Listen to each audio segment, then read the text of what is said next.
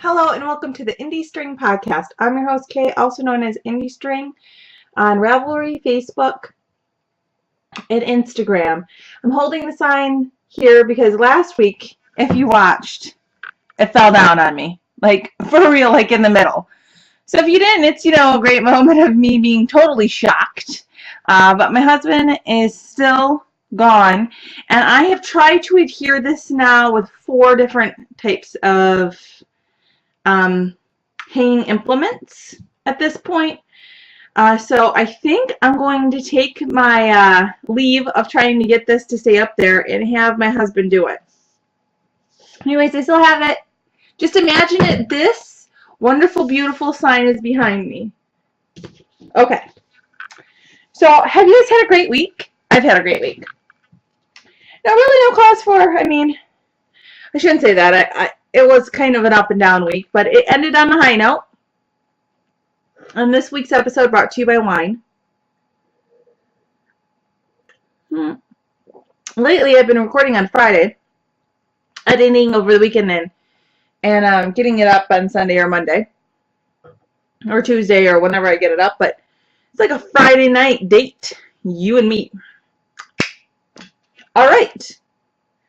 That was really kind of weird, but I'm going with it because I don't want to start again. It was a pretty good week. It was kind of weird. I had some frustrating periods, but all in all, it's good. I'll have some work stories for you. And I guess sometimes I just don't understand people. Because you know what? I'll walk through life just wishing that, one, I had a superpower, right? I had the superpower to understand everybody else. And I know people wish for superpowers where they can, fly fast and they can, have laser eyes or whatever people wish for superpowers, or they were rich or whatever. But sometimes I just really wish that I could look at somebody and just completely understand them. Because most of the time in life, I meet people and I get to know them, and sometimes, 60% of the time, not knitters. This is non-knitters, so like muggles. They talk, and I got nothing. And I just let them keep on talking, and I just don't understand how they got to where they're at. I'm not saying I don't love them or like them or anything, but seriously, should be a superpower. But then again, nobody understands me, so I digress. Okay. So seriously, last week we went through the knitting of epic proportions because I hadn't been podcasting. I had taken a hiatus. And I'm pretty sure what I'm going to do, and I've thought about it, is do a season where I take off December and January every single year because I have a horrible time podcasting during that whole holiday season. So with that in mind, let's finish getting caught up, and then I'll do stuff about the shop at the very end and some rants and raves. So it's going to be a quick week, and I'm going to try to make it under 45 minutes. I'm really hoping under a half an hour, but I don't know if that's achievable because I am chatty. Okay. Oh yeah, we saw that there. So that's stuck around the ground. So what have I been working on? So this is the major thing that I've been working on for probably the last 3 weeks or so. 2.5. I am knitting, oh my gosh, it's escaped me the name.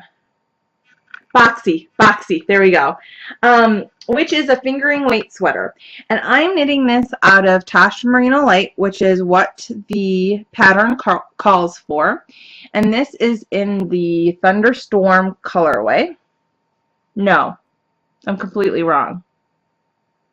Mare. This is in the Mare colorway, which is black, brown, and blue. Focus. I haven't worked extensively with Tosh Merino Light. It's a single ply merino wool blend, and because it doesn't have any strength from any additional plies, and what I mean by that is when you look at yarn, this yarn has one single strand that makes up the yarn itself. When you are knitting with stuff from the store, if you take that and you twist it on itself, you might work with a 2-ply like that when they're twisted around, and that would be called a 2-ply because there's 2 strands wrapped around each other. So when when you have 2 plies, it creates strength to the yarn. And so this doesn't have a lot of strength, and so I've really been leery of working on a large project with it. But I bought this yarn 6 years ago. Basically to say a long freaking time. And I bought enough for a sweater quantity, and it's just kind of been hanging and marinating in my stash. And which for me is not a bad thing. I dive deep in my stash often, and for my family who doesn't know what that means, is everybody knows I've got a lot of yarn. But when you dive deep into your stash, you basically use really old things that you had purchased. So I don't just knit with my brand new stuff. Actually, it's a very, very rare for me to knit or spin something I just got. I hardly ever do it. Other than indie string yarns, which when I get them, typically they go on the needles within a few days. Or after I dye them and all that stuff. I mean, there's pretty good chance if I really love it that I start knitting with it. Other than that, anything that I buy from a store, a vacation purchase, online, I don't know why it is, but I just let it sit around, and it's like a pattern eventually comes that'll talk to me and tell me that's what it wants to be. So when I saw Boxy originally, and this pattern is at least a year old, I knew this is what I wanted to use. And mainly because, for a few reasons, I'm not a little gal, and I didn't really want to knit it in a super light color because I feel like with that much positive ease and that big of a sweater, it would make me look bigger. Black's a little bit more forgiving because it absorbs light and that doesn't reflect it as much. And also, I get to wear jeans at work. Not all the time. We're casual office. But like all next week, I get to wear jeans to work. And I like wearing jeans to work. And yeah. And I could wear this. I could wear this with navy pants. I can wear this with brown pants. And I could just wear it to a normal day at the office. So I'm excited to get it done. And also, I have really been stalling on my pieced sweaters, and I've been feeling extremely guilty about my pieced sweaters. And so I was like, you know what? I just need to knit something that's seamless, that I don't have to knit in pieces. Oh, I'm sorry. Hold on one second. My computer's popping up because, you know, it has updates.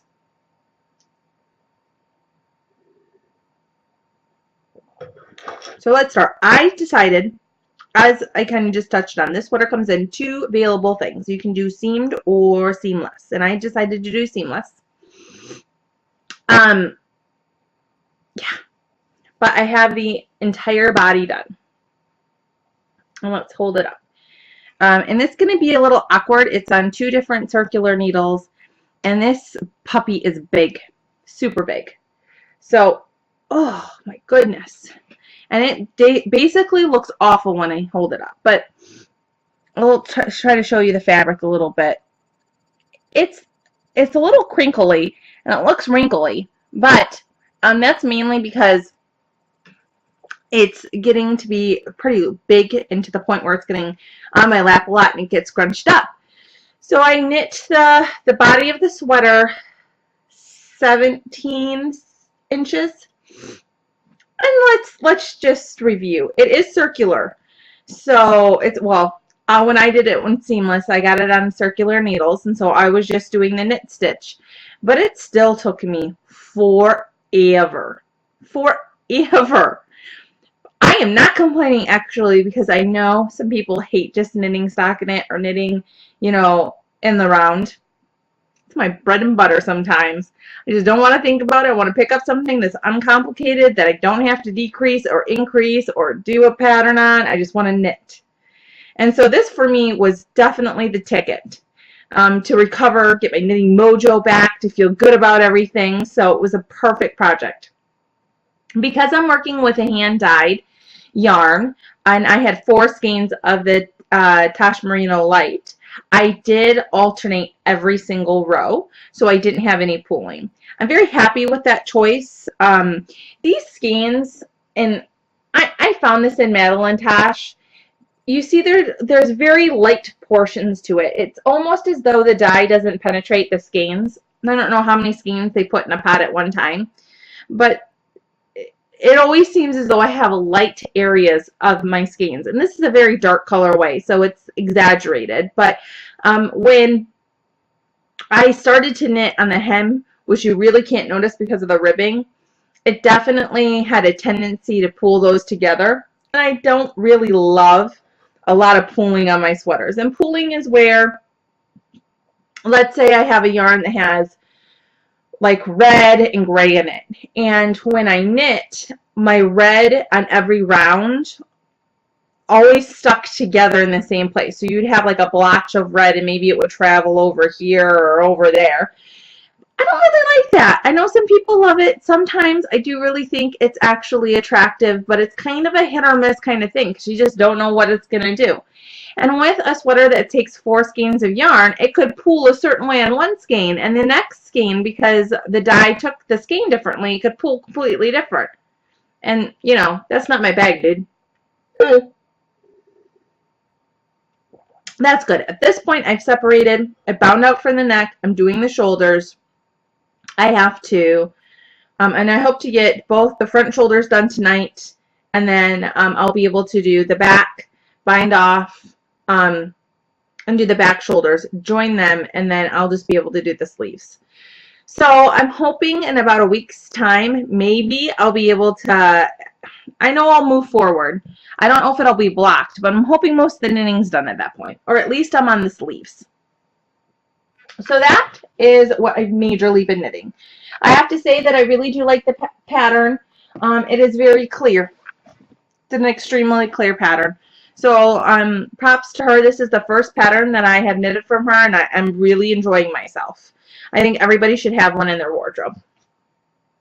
Okay, so I have also, the second thing I kind of knitted, and I just have picked this up in between several things, is my Tanqueray. So I'm knitting the Tanqueray cardigan, and no, it's not a cardigan, it's a pullover. I'm a big fat liar. It's totally a pullover, and this is knit in pieces, and I'm knitting it out of Pigeon Roof Merino Cashmere Silk Blend. This is unfortunately a yarn she no longer carries because it's fantastic. But as we've previously shown on the show, I have knit both of the sleeves. This is the back piece. And so all I have to do after this is the front. I am actually to a point where I believe I've started, yes, I've started the shaping for the armholes. And this is how far I am. So if that's going to curl in a little bit. So this is that shaping there. And so I am almost done with that and I'm almost ready to start the neckband. I think I have like an inch left. So from the time that I saw you guys last, and the last time you actually looked at this project, I was right here. I know that because I had to join a new thing of yarn. I was around here. So I've knit quite a bit. And so that's going pretty well. I just have to think when I do it. It's really not, knitting's, you know what? I was going to say that's not an excuse, but I don't want to make excuses because I love knitting. And I just don't feel like knitting this right now, so I'm not going to. All right. My God, that's it. 15 minutes in on 2 projects. I've been rambling like a crazy person. Okay, so let's talk about the shop. And then we'll get to rants and raves. I have no spinning this week. I picked up a few things to spin.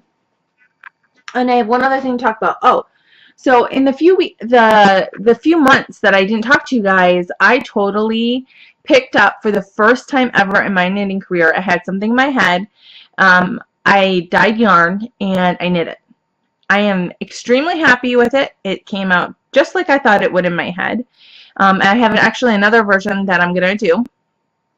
So I'm going to wait until I get both versions done, and I'll actually start that second version, excuse me, after I'm done with Boxy, excuse me.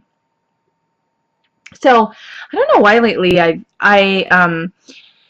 at work had to pass like a big test, and so a lot of times when I studied and I was sitting there and I was reading or doing things that were more mindless about my class that I had to take, or I should say classes, and it took me about 2 months to get through the coursework. I would just sketch and sketch and sketch and sketch, and so I feel like a million ideas in my head, which, you know, is good and bad. I don't know how to, I never have gotten them from here onto my needles. So I picked my simplest idea, the one that I think that a 5-year-old could knit, but hey, it doesn't matter. It was my idea. It was my idea. This is not about challenge level, people. And I knit it. It was pretty amazing to you know, have something that's in your head, dye yarn for it, and then have it come to fruition. It was pretty amazing process, and I have to say I really enjoyed it. I felt I don't want to really say accomplished, but I was really happy. And I guess it was more of a proof to myself that I could do it, like that some of the crazy insane ideas I have in my head that are, you know, ratchet up the skill level, but they're going to be possible. So that was really great, and I enjoyed the process. It was exciting, intimidating. I don't know how to write a pattern. I don't know if I'm going to write a pattern. I don't know. I don't know how to do any of that stuff, you guys. So, but hey, there's always the first step in a journey, and I feel like I've actually ventured on another path that I never in a million years thought I would go down. So it's pretty awesome. Okay, so the shop. We're still updating it every Thursday. We've released some new colorways. They're pretty great. We also have some possibility of getting some bags back into rotation. We did a major bag update last year, and also we did a spinning bag update where we did larger bags, which those bags for me double as sweater bags. And I'm not a little girl. I need at least 6 skeins of a worsted weight for a sweater. I mean, for real. I have to have bare minimum, no detail on a sweater, 1,200 yards. And a lot of times I have, you know, 1,400 or 1,500 yards just to make sure I don't run out. And so those bags are great for me for sweater bags. They fit everything in them. They're quite large. But what they're meant for, or what we thought about when we were doing them, and my mom sews them, she does a fantastic job, is they have a satin lining, and that nice satin lining doesn't allow anything to get snagged on it, and it's really nice for spinning fiber. When you take 4 ounces and you pull it all apart, and I don't know, for you non-knitters, when you get braids of fiber, typically they're super compact. They're braided. They're about this big, and they're easy to store, and so no big deal. But once you start spinning it and you pull it all apart, I mean, you end up with a huge gob of fiber like this big. And so it just takes up more volume. So that's really what we were thinking of when we designed the spinning bags. I love them. So let me know if you guys want anything, if you saw something and you thought that was amazing. Please let us know. Feedback is always important. But, you know, every Thursday. So this Thursday we will update the shop with something wonderful and new. And, you know, just come over and check us out. So I really appreciate it. It's www.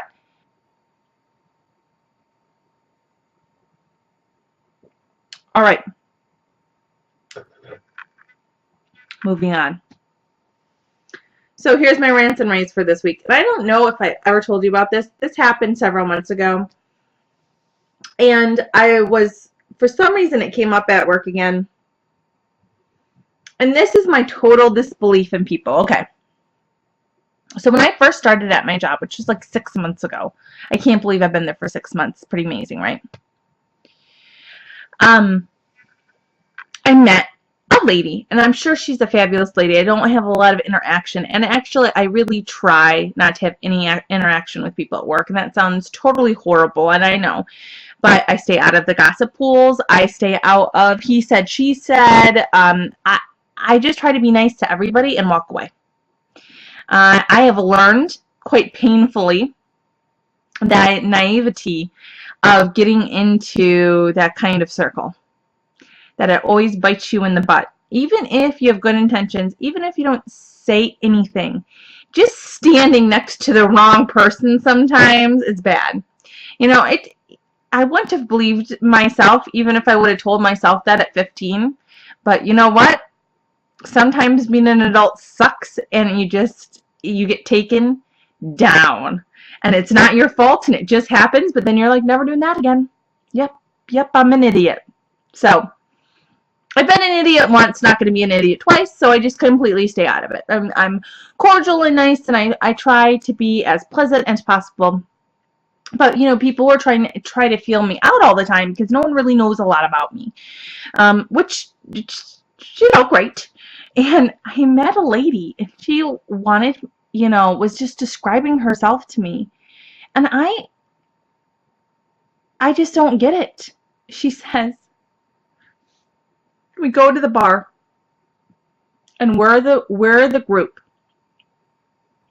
of women who make fun of everybody at the bar. And not only do we make fun of everybody for what they look like, who they're with, and what they're wearing, but we do it loud enough that they can hear.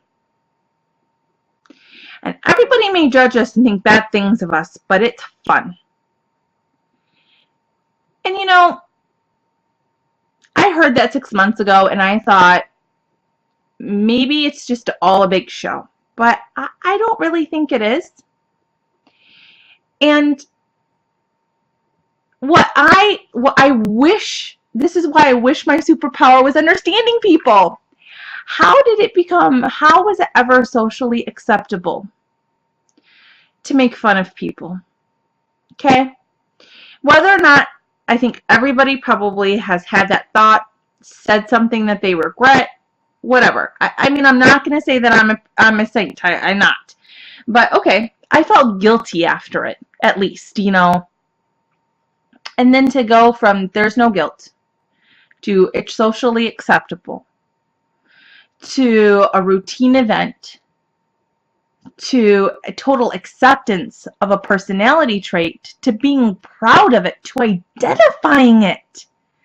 And then and it's not this particular person. She's always been nice to me. I haven't heard anything that she's ever said that has been horrible, but I just don't understand, because it never even occurred to me before this moment that there were truly people that were like that in life. I just thought it was like a hype, you know, like like, you know, you get through school, right? Because we were all there. I mean, I got mercilessly teased. My sisters got teased. Everybody gets teased. Everybody has a bully. Everybody goes through bad things. My kid is 6 years old, and she's got a bully at 6 years old. Some kid's making fun of her. And you know, at some point, it's just part of life, and you gotta suck it up, right? For some reason, when I was junior high in high school, I just thought, gotta get out of, you know, high school, just gotta get out, because gotta make it my own. And then I went to college, and then I was like, it's gonna be better. And it was somewhat better, but it kind of still stunk, because it's just gotta get out, you know, just gotta get out in the real world. And so then now I'm in the real world, and I'm, you know, quote unquote an adult, you know, not that it always works out for me. And there's still people like that. Blows my mind. Blows it up. and now in our society. Oh, there is stuff about how you shouldn't bully, how you should be a good person, and I agree. I agree. I don't even know what to say anymore. Sometimes I walk through life and just think I'm weird. Because am I the only one having these thoughts? I hope not. I really hope I'm not. And then I just think, you know what?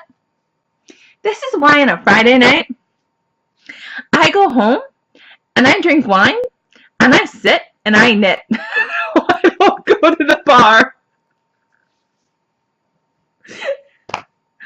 Oh, goodness gracious. Life's too short for that, man.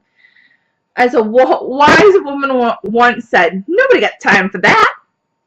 Nobody. So, well, I kind of ended the show on a downer, and I'm totally not in a downer mood. It was just several events happened today that just reference back to that one, time period, that one moment. And I just can't get it out of my head now. And I'm sure tomorrow I'll sleep and I'll wake up and it will be, it will just float away. But try as we might, I wish the world was full of knitters. I guess that's what it really comes down to. I have not met, corresponded with,